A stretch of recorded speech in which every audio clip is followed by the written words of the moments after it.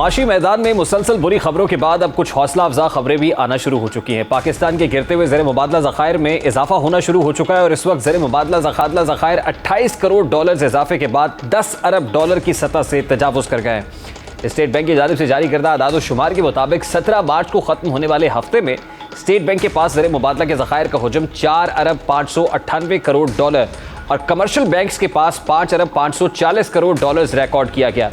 State bank के मुताबिक 17 मार्च 2023 को स्टेट बैंक को हुकूमत पाकिस्तान के कमर्शियल कर्जों की तकसीम की मद में 50 करोड़ डॉलर्स मौसूल हुए। बैरूनी कर्जे की अदायगी के बाद स्टेट बैंक के पास ज़र मुबादला के ज़खायर 28 करोड़ डॉलर्स के इजाफे के बाद 4 अरब 598 करोड़ डॉलर हो गए हैं।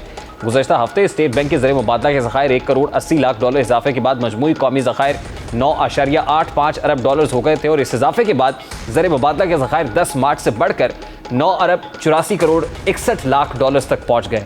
स्टेट बैंक के ज़खायर 4 अरब 31 करोड़ 91 लाख डॉलर्स हो गए थे। स्टेट बैंक ने बताया था कि कमर्शियल बैंक्स के मजमूई ज़खायर 5 अरब 52 करोड़ 77 लाख डॉलर्स हैं और यूँ मुल्क के मजमूई ज़र मुबादला के ज़खायर 9 अरब 84 करोड़ 68 लाख डॉलर्स हो गए हैं। ज़र मुबादला ज़खायर का यूँ बढ़ना पाकिस्तान के लिए खुशाइंद है। चीन की जानिब से कर्ज को रोल ओवर करने से भी पाकिस्तान की बहुत सी मुश्किलात कम होती दिखाई दे रही हैं, जिससे रिजर्व्स को कुछ वक्त के लिए सही लेकिन सहारा ज़रूर मिला है। चीन के बाद सऊदी अरब और मुत्तहिदा अरब अमारात की जानिब से भी जल्द फाइनेंसिंग की तवक्को है, जिससे मुश्किलात में कमी वाक़ई होगी। IMF की जानिब से कर्ज ना मिलने और मुसलसल शराइत तस्लीम ना करने के बावजूद भी पाकिस्तान अपने माली पोजीशन बेहतर बनाने में कामयाब है और हुकूमत की जानिब से ऐसी सब्सिडी स्कीमें जिनमें पेट्रोल सब्सिडी, इसी तरह से सस्ता आटा और दीगर ऐसे मंसूबे शुरू करना जिन पर IMF को एतराज़ हो सकता है, इस बात की गम्माज़ी कर रहा है कि पाकिस्तान की जानिब से IMF कर्ज हासिल करना एक रस्मी कार्रवाई है। इसके बगैर भी पाकिस्तान अपने हालात पर कंट्रोल कर सकता है।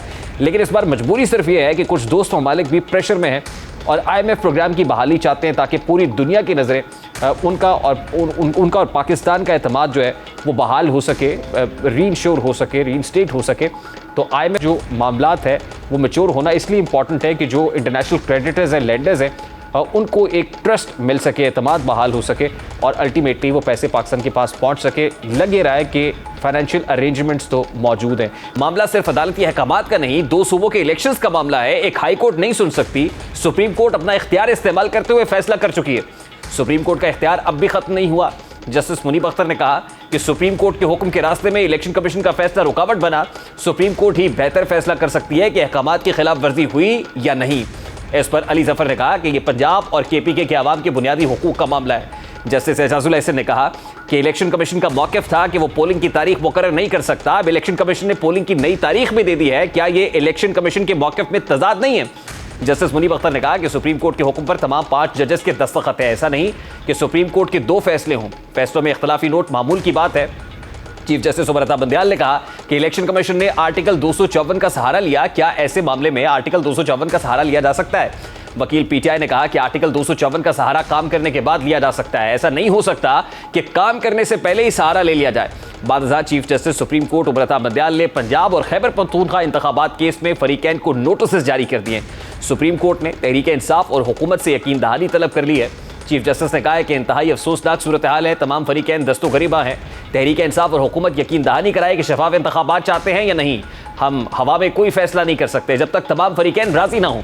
चीफ जस्टिस ने कहा कि आइन की तशरीह हुकूमतें बनाने या हुकूमतें गिराने के लिए नहीं होती। आइन की तशरीह आवाम के लिए आसानियाँ पैदा करने के लिए होती है। समाअत के अख्ताम पर चीफ जस्टिस ने अहम रिमार्क्स दिए कि क़याम अमन के लिए तहरीक इंसाफ ने क्या किरदार अदा किया है। इलेक्शन चाहते हैं तो फरीकैन को पुरअमन रहना होगा। चीफ जस्टिस ने इस हवाले से वाज़ेह हिदायत जारी की कि एक सोच है कि मुल्क में इंतखाबात उसी वक्त होने चाहिए जब अमन व अमान हो। इंतखाबात आज़ादाना, शफाफ और बेखौफ व ख़तर होने चाहिए। अदालत से बाहर कुछ भी हो रहा है वो सबके सामने है। हमारे सियासतदान मुल्क में इस्तेहकाम के लिए क्या कर रहे हैं, ये बहुत परेशान कुन सोच है। उन्होंने कहा कि तहरीक इंसाफ भी मुल्क में अमन व अमान और इस्तेहकाम के लिए अपना किरदार, तमाम सियासी जमातें मुल्क की कशीदगी के खात्मे के लिए किरदार अदा करें। आइन और कवानीन लोगों के तहफ़्फ़ुज़ के लिए, हम हकीकत से भाग नहीं सकते। आज इस केस की समाअत के कुछ देर बाद ही सुप्रीम कोर्ट के अज़ खुद नोटिस केस के हवाले से जस्टिस मंसूर अली शाह और जस्टिस जमाल मंदुखेल का तफसीली फैसला सामने आया है जो कि चौंका देने वाला है।